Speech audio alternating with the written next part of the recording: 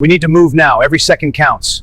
Check every detail, leave nothing to chance. Execute the plan. Let's go.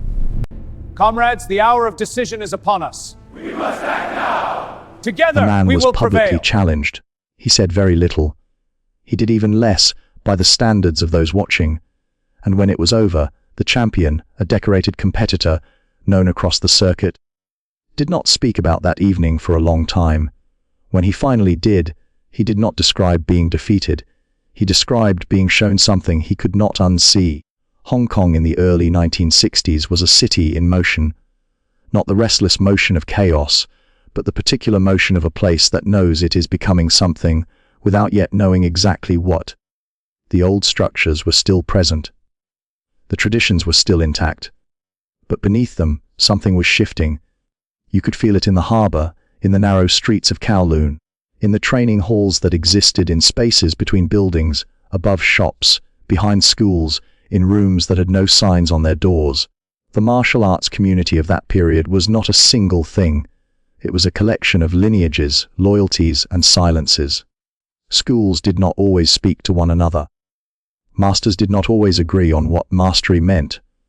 And the question of who was genuinely skilled, as opposed to who was widely believed to be skilled, was one that rarely got answered in public, until it did.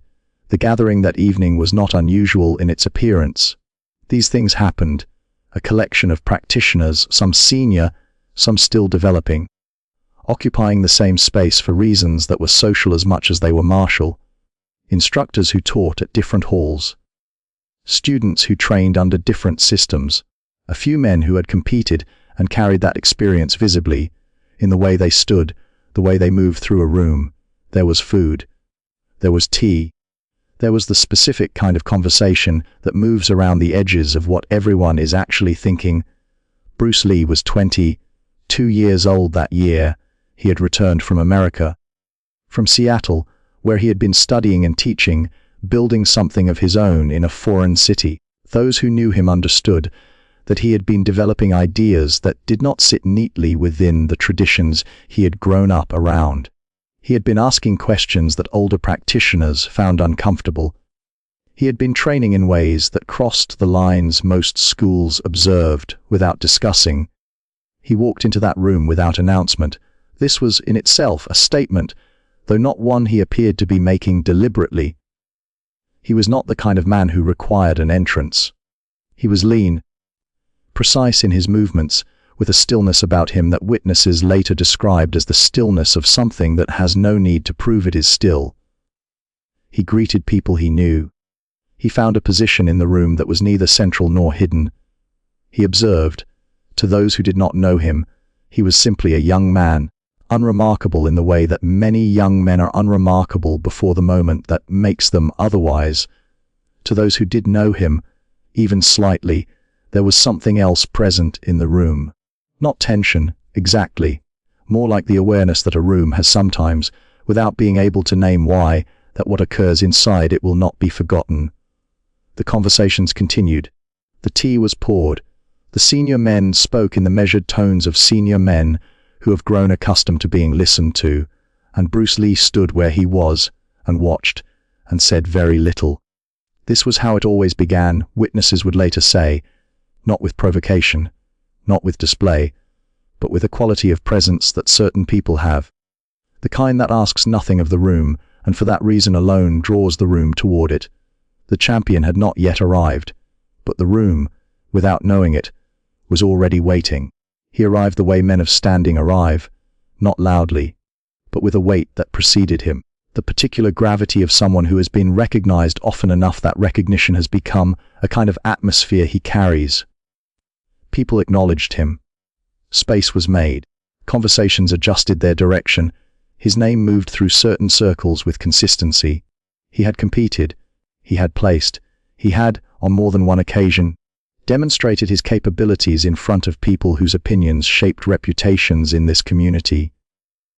He was not a man who needed to announce himself, because others had already done that work on his behalf. He was older than Bruce Lee by enough years to matter in a room organized around tradition. In the martial world of that period, seniority was not merely a social convention. It was a structural principle. It defined who spoke first, who demonstrated, who was deferred to without discussion. The champion understood this system. He had benefited from it. He moved inside it with the comfort of someone who has never had reason to question the floor they are standing on. He greeted the room. He greeted it in the manner of a man greeting something that partially belongs to him. It was sometime during the natural drift of the evening that his attention settled on the younger man. Witnesses offered different accounts of how it began, which is itself significant because it suggests that the beginning was gradual, the way most consequential things are. There was no single moment of instigation. There was instead a slow accumulation of small observations. The way Bruce Lee stood, the way he responded when spoken to directly, without the performed deference that the setting seemed to expect. The way he did not appear to be auditioning for anyone's approval. To a man accustomed to a certain order, this was not nothing. A question was asked, something casual, the way challenges in rooms like that are always framed as casual, an inquiry about style, about lineage, about what exactly the younger man had been studying in America. The tone was the tone of polite curiosity, but the room understood its actual weight. These things are always understood by the room. Even when no one acknowledges it, Bruce Lee answered without performance.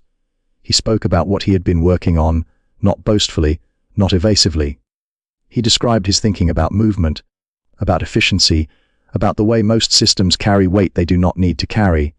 He said these things simply, as observations rather than provocations, and yet, to describe something as inefficient in a room full of men who have built their identities inside those systems is its own kind of statement. Not an aggressive one, but a clear one. The kind of clarity that certain men find more difficult to absorb than outright confrontation. The champion's response was measured. He was experienced enough to know that open hostility in a social setting costs more than it returns. But something had shifted in his posture. Those who were watching, and by this point, more people were watching than appeared to be, noted it. An invitation took shape. It was framed, as these things always are, as an opportunity, a demonstration, a chance for the younger man to show what he had been developing, in a spirit, naturally, of mutual exchange and respect. The words were courteous, but the room knew what had been asked. And now the younger man would have to answer. There is a specific quality of silence that settles over a room. When it believes it already knows the ending, it is not the silence of suspense. It is something older than that, a collective exhale, a quiet agreement that the outcome has already been written, and what follows is simply the formality of it being read aloud. The room that evening had arrived at that silence. And in doing so, it had made its first mistake.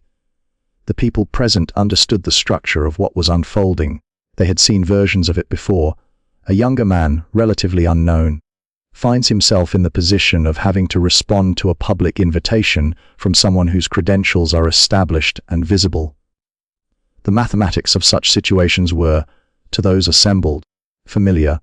The challenger carries the weight of proof. The established man carries only the weight of confirmation. The champion had done this before, not cruelly. That is worth noting. He was not, by the accounts of those who knew him, a man who sought humiliation. But he was a man who understood leverage, the leverage of experience, of public standing, of being the one in the room who sets the terms without appearing to set them. He had extended the invitation from a position of structural advantage, and he expected that advantage to hold. Several people in the room expected the same. What they anticipated was a demonstration that confirmed the existing order. The younger man would show something, perhaps something genuinely capable, and the senior man would respond with the patience of someone who has seen capable things before and remains unmoved. It would end with the room's assumptions intact. It would end with the hierarchy undisturbed. Bruce Lee gave no visible indication that he understood any of this. This, witnesses would later identify as the first thing that unsettled them. He did not display nerves. He did not display confidence, either, not in the performed way that men display confidence when they are aware of being watched. He was simply present, attentive, the way a person is attentive when they are genuinely interested in what is happening, Rather than managing how they appear while it happens, he asked a question. A quiet one, directed at the champion, about what specifically he wished to see. It was a practical question, a craftsman's question. It carried no subtext that anyone could identify. The champion interpreted this reasonably as uncertainty, as the younger man buying time, searching for footing. He answered with the generosity of someone who believes they are in control of the pace, and the room settled further into its expectation. What those present could not yet see, what would only become visible in retrospect, was that Bruce Lee had already done something in that exchange. Not physically, not dramatically. He had, in the space of a single quiet question, caused the other man to define the terms of what was about to happen. He had asked. The champion had answered. And in answering, the champion had, without realizing it, named the ground on which they would now stand. The room did not notice this. It was still watching for the story it already knew. Outside, the city continued its motion. Traffic on the streets below, voices in neighboring rooms, the ordinary sounds of a city that did not know what was about to occur in one of its unremarkable spaces. Inside, the space between the two men narrowed, and the room leaned forward, certain it understood what it was about to witness. It did not. What happened next took very little time. This is the detail that witnesses returned to most consistently years later, when the story had passed through enough hands to acquire the distortions that stories acquire. They would correct those distortions with the same quiet insistence. It was not a long exchange. It was not a series of techniques displayed in sequence. It was not the kind of thing that builds toward a visible climax. It was brief. And it was complete. The space between the two men was small, the kind of distance that exists in rooms not designed for this purpose. No formal boundaries, no designated area, just two men in a space that had reorganized itself, without discussion, to accommodate what was about to occur. The champion moved first. This too is worth noting, because later tellings sometimes reversed it, casting Bruce Lee as the initiator, the aggressor, the one who pressed forward. Those who were present were consistent in their correction. The champion extended the first movement. He was, after all, the one who had issued the invitation. It was his demonstration to begin. What he brought was real. That is not a detail to pass over. He was not a man performing competence he did not possess. His movement was trained, organized, the product of years of genuine work. Those in the room who understood what they were watching recognized its quality. It simply did not arrive. Bruce Lee moved in a way that several witnesses later found difficult to describe with precision, not because it was invisible, but because it was so absent of excess that the mind, accustomed to looking for more, struggled to register what it had seen. There was no winding up, no preparation that announced itself, no gap between the decision and the execution. One witness, an instructor who had been practicing for over 2 decades, said afterward that it was the first time he had understood, in his body rather than his mind, what the word economy meant in a physical context. The champion's movement was redirected, controlled. Neutralized is perhaps the most accurate word, not blocked, not countered in the conventional sense, but made to arrive somewhere other than where it had been directed, with a minimum of contact and a minimum of force. And then Bruce Lee was still again. The entire exchange had occupied perhaps 2 seconds, possibly less. The room did not react immediately.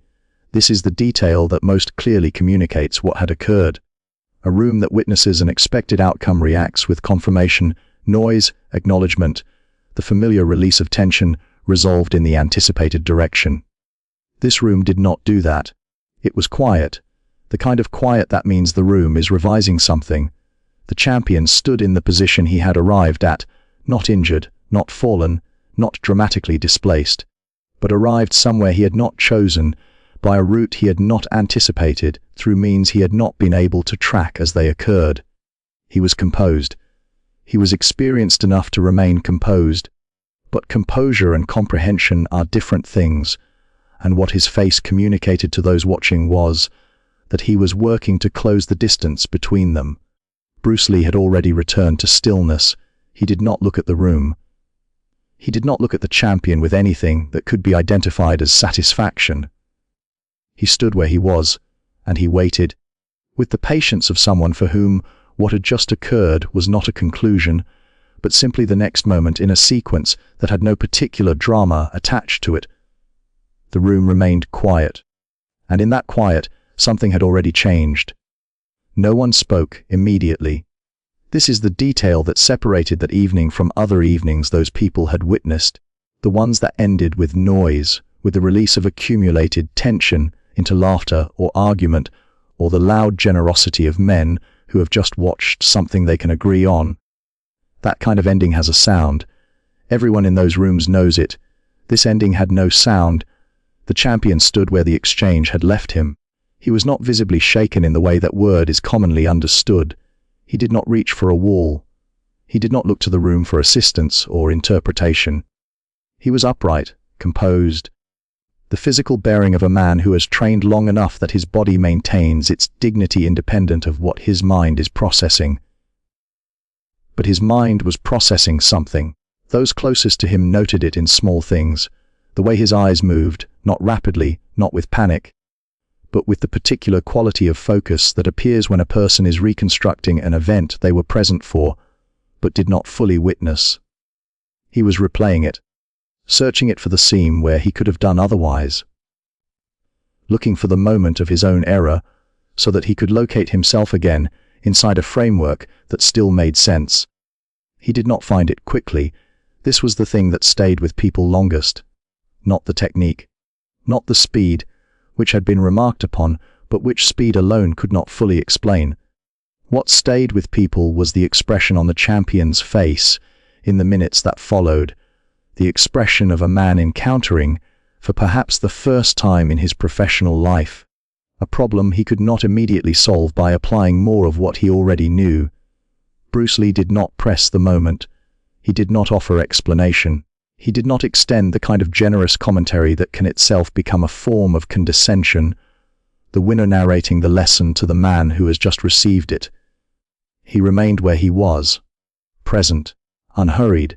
If anything, his attention had already moved on, in the way that water moves on after passing over a stone, not because the stone was insignificant, but because moving on is simply what water does. Someone eventually spoke. A neutral comment, the kind that rooms produce when they need to begin moving again without acknowledging what has just stopped them. Others followed. The evening resumed its surface, but beneath that surface, something had been permanently rearranged. The champion accepted tea when it was offered. He engaged in conversation. He was gracious in the way that men of genuine character are gracious even when graciousness costs them something. Those who knew him understood that what they were witnessing was not performance. He was not managing appearances. He was simply continuing, the way a person continues when they have absorbed something they have not yet fully understood, and they know that the understanding will come later, in private, when there is space for it. He left before the evening was finished. No disruption, no dramatic exit. He said what needed to be said to the people who needed to hear it, and he walked out of the room with the same bearing he had walked in with. Only quieter. The room watched him go. Then it turned back to itself, to its tea and its conversations, to the ordinary business of an evening that had briefly become something else. Outside, the city moved on, indifferent. Inside, no one quite returned to where they had been before. Stories do not travel in straight lines. They move the way water moves through stone, not over it, not around it, but through it, slowly, by way of patience and repetition, until the stone itself has changed shape without ever having been struck. The story of that evening in Hong Kong moved this way, through training halls, through conversations held after class when the students had gone home and the instructors remained, through letters written between practitioners in different cities, through the quiet transmission that has always been the primary medium of martial knowledge. It did not move as legend moves in the popular sense, with embellishment, with the accumulation of detail that makes a story larger than its origin. If anything, those who had been present told it with less, not more, as the years passed. They stripped it of the contextual decoration that eyewitness accounts often carry, and left only what they were certain of: a room, two men, a very brief exchange, and a silence afterward that none of them had expected. The champion continued. This is worth saying plainly, because the story is not his defeat. It was never about defeat in the way that word is commonly applied to physical contests. He trained, he refined.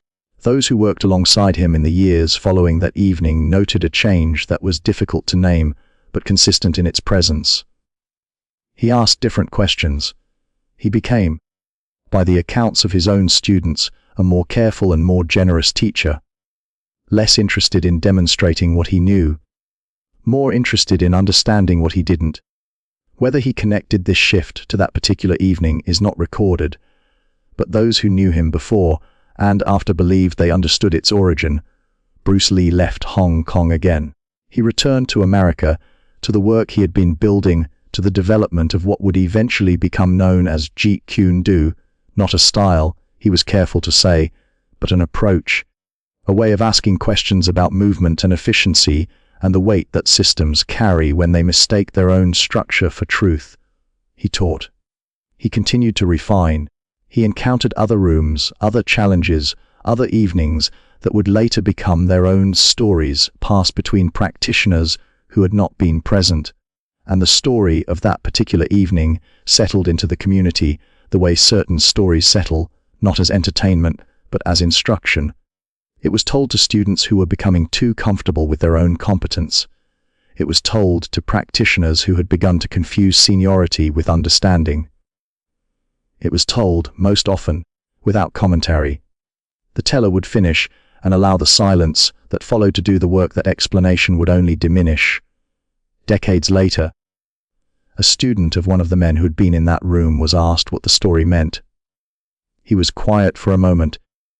Then he said that he thought the story meant different things depending on where you were standing when you heard it. That if you heard it as a story about Bruce Lee, you learned one thing. But if you heard it as a story about the champion, about what he did afterward, about the questions he began asking, about the teacher he became, you learned something else entirely, something quieter, something that took longer to arrive at, and for that reason, stayed longer once it did. The room where it happened no longer exists. The building was replaced, as buildings in growing cities are replaced, by something larger and less particular. But the story remained, as stories do when they carry something worth carrying.